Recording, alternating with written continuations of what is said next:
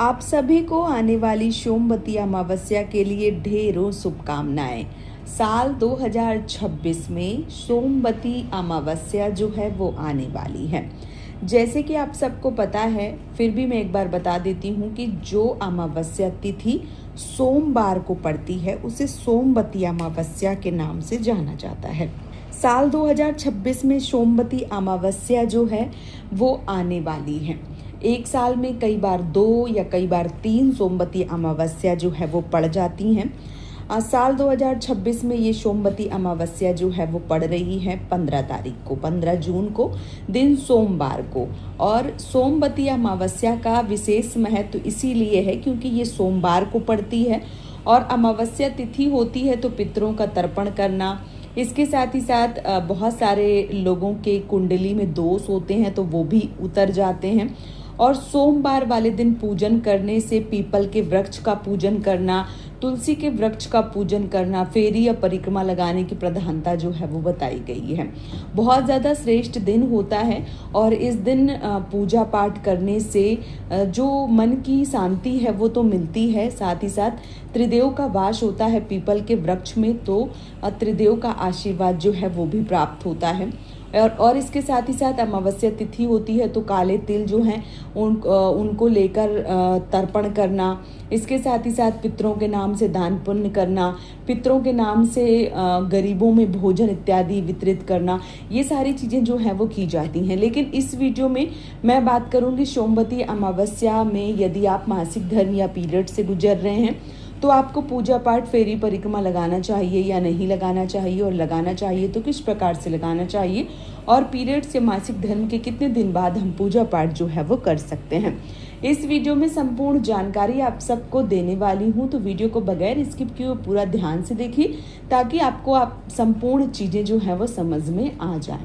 यदि आप पीपल के वृक्ष के पास जा सकते हैं, आपके यहाँ सुविधाएं हैं, आप कहीं गांव से जुड़े हुए हैं या कहीं ऐसी जगह से जुड़े हैं जहां आप पीपल का वृक्ष आपको पता है, या आप जा सकते हैं। देखिए अभी ज़्यादातर पीपल के वृक्ष हो गए या जो भी देव वृक्ष हो गए वो मंदिरों में बहुत आसानी से मिल जाते हैं। जहाँ भी आप रहते हैं वहाँ मंदिर में पता करिए, मंदिर में आपको ये सारे वृक्ष जो है वो मिल जाते हैं, तो बहुत ज़्यादा आपको ढूंढने की आवश्यकता भी नहीं होती है। और क्योंकि मंदिर में होते हैं तो उनका बहुत सारे लोग पूजन अर्चन करते हैं, तो जो जैसे जिसमें पूजा होती रहती है या जो पूजा हुआ पेड़ होता है उसकी जब हम पूजा करते हैं तो उसका आशीर्वाद जो है वो हमें कई अधिक गुना प्राप्त होता है। तो ऐसे ही वृक्षों का हमें पूजन जो है वो करना चाहिए। तो यदि आपके आसपास कोई मंदिर है तो वहां जाकर आप पीपल के वृक्ष का पूजन अर्चन, फेरी परिक्रमा जो है वो लगा सकते हैं। यदि ऐसा करना आपके लिए संभव नहीं है या कहीं आप परदेश में रह रहे हैं, आपको नहीं पता है, मंदिर भी आप नहीं ढूंढ पा रहे हैं, तो आप ऐसे में तुलसी वृक्ष का भी विधिवत रूप से पूजन अर्चन जो है वो कर सकते हैं, क्योंकि तुलसी जो है वो सबके घर में विराजमान होती हैं। और जैसे आप जो सोमवती अमावस्या में पीपल के वृक्ष का पूजन करते हैं वैसे ही आप माता तुलसी का भी विधिवत रूप से पूजन अर्चन करके भी जो पुण्य फल है वो प्राप्त कर सकते हैं।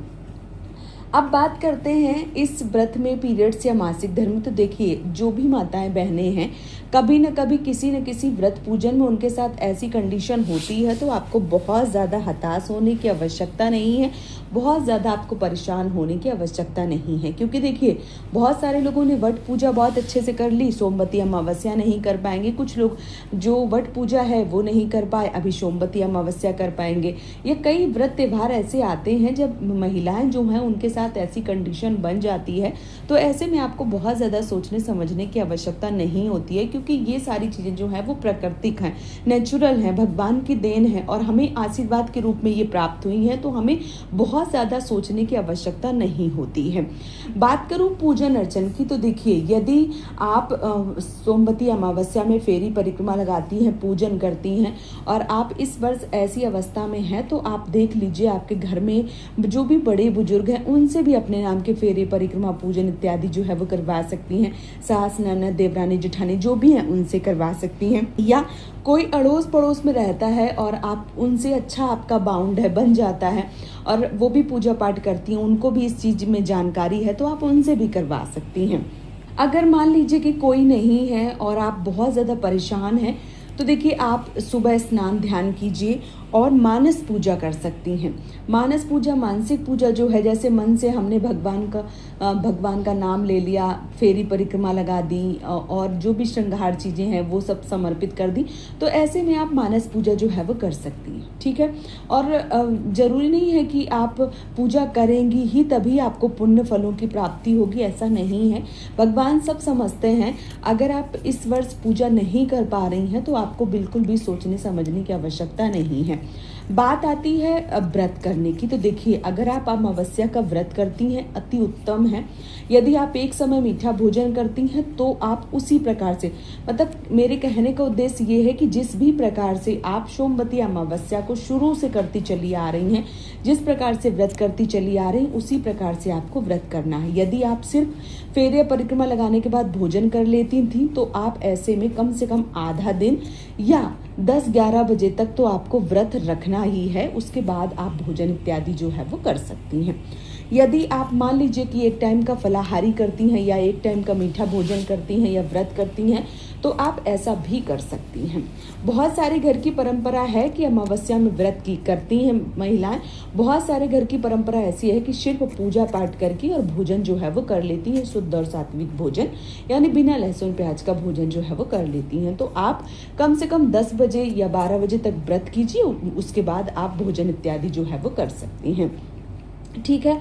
अब बहुत सारी बहनें ये भी प्रश्न करेंगी कि जो हम श्रृंगार इत्यादि हैं वो कर सकते हैं, तो हाँ बिल्कुल, स्नान ध्यान करके आप अपने 16 श्रृंगारों को धारण करें, क्योंकि सोमवती अमावस्या बिल्कुल वट पूजा जैसी ही है। ये भी आपके पति की लंबी आयु के लिए होती है, क्योंकि जो सोना धोबिन है उन्होंने इस व्रत को किया था, 108 फेरी या परिक्रमा लगाए थे, तो उनके पति जो है वो जीवित हो गए थे। जैसे आपने सावित्री जी की कथा पढ़ी वट पूजा में, वो यमराज से अपने पति के प्राण लेकर आए थी, उसी प्रकार से जो सोमवती अमावस्या है उसमें सोना धोबिन जो हैं वो 108 ईंटे से ही उन्होंने 108 फेरी या परिक्रमा जो है वो लगाए थे पीपल के वृक्ष के, और उनके जो पति हैं वो जीवित हो गए थे। तो ये जो व्रत होता है ये पति के आपके सौभाग्य के लिए और पति की लंबी आयु के लिए होता है। तो आप इस व्रत में अपने 16 श्रृंगारों को धारण करें, भले ही आप पीरियड्स मासिक धर्म से गुजर रही हैं या आप नॉर्मल पूजा कर रही हैं, आप अपने 16 श्रृंगारों को धारण जो है वो ज़रूर करें। ठीक है। अब बहुत सारी बहनों के मन में ये भी प्रश्न आएंगे, ये भी संशय होगा कि यदि मान लीजिए कि पीरियड्स का तीसरा, चौथा, 5वां दिन है तो क्या हम पूजा पाठ कर सकते हैं। तो देखिए, जो भी हमारे धार्मिक ग्रंथ हैं, पुराण हैं, शास्त्र हैं, मैं अपने कई सारे वीडियो में आप सबको बताती हूँ कि सब में 3 दिन का वर्णन जो है वो मिलता है। 3 दिन तक आपको पूजा जो है वो बिल्कुल भी नहीं करनी चाहिए। लेकिन जब हम किसी देववृक्ष के पास जाते हैं तो जब तक हम साफ स्वच्छ ना हो जाएं तब तक हमें पूजा पाठ जो है वो नहीं करनी चाहिए। यदि आप 5वें दिन पूर्णतः साफ स्वच्छ हो जाती हैं तो आप सर से पानी डाल के अच्छे से स्नान ध्यान करके और जो फेरी या परिक्रमा जो है वो लगा सकती हैं। लेकिन अमावस्या तिथि में जो बाल हैं वो साबुन इत्यादि से बिल्कुल भी नहीं धुले जाते हैं। कहते हैं कि इससे पति की आयु जो है वो कम होती है।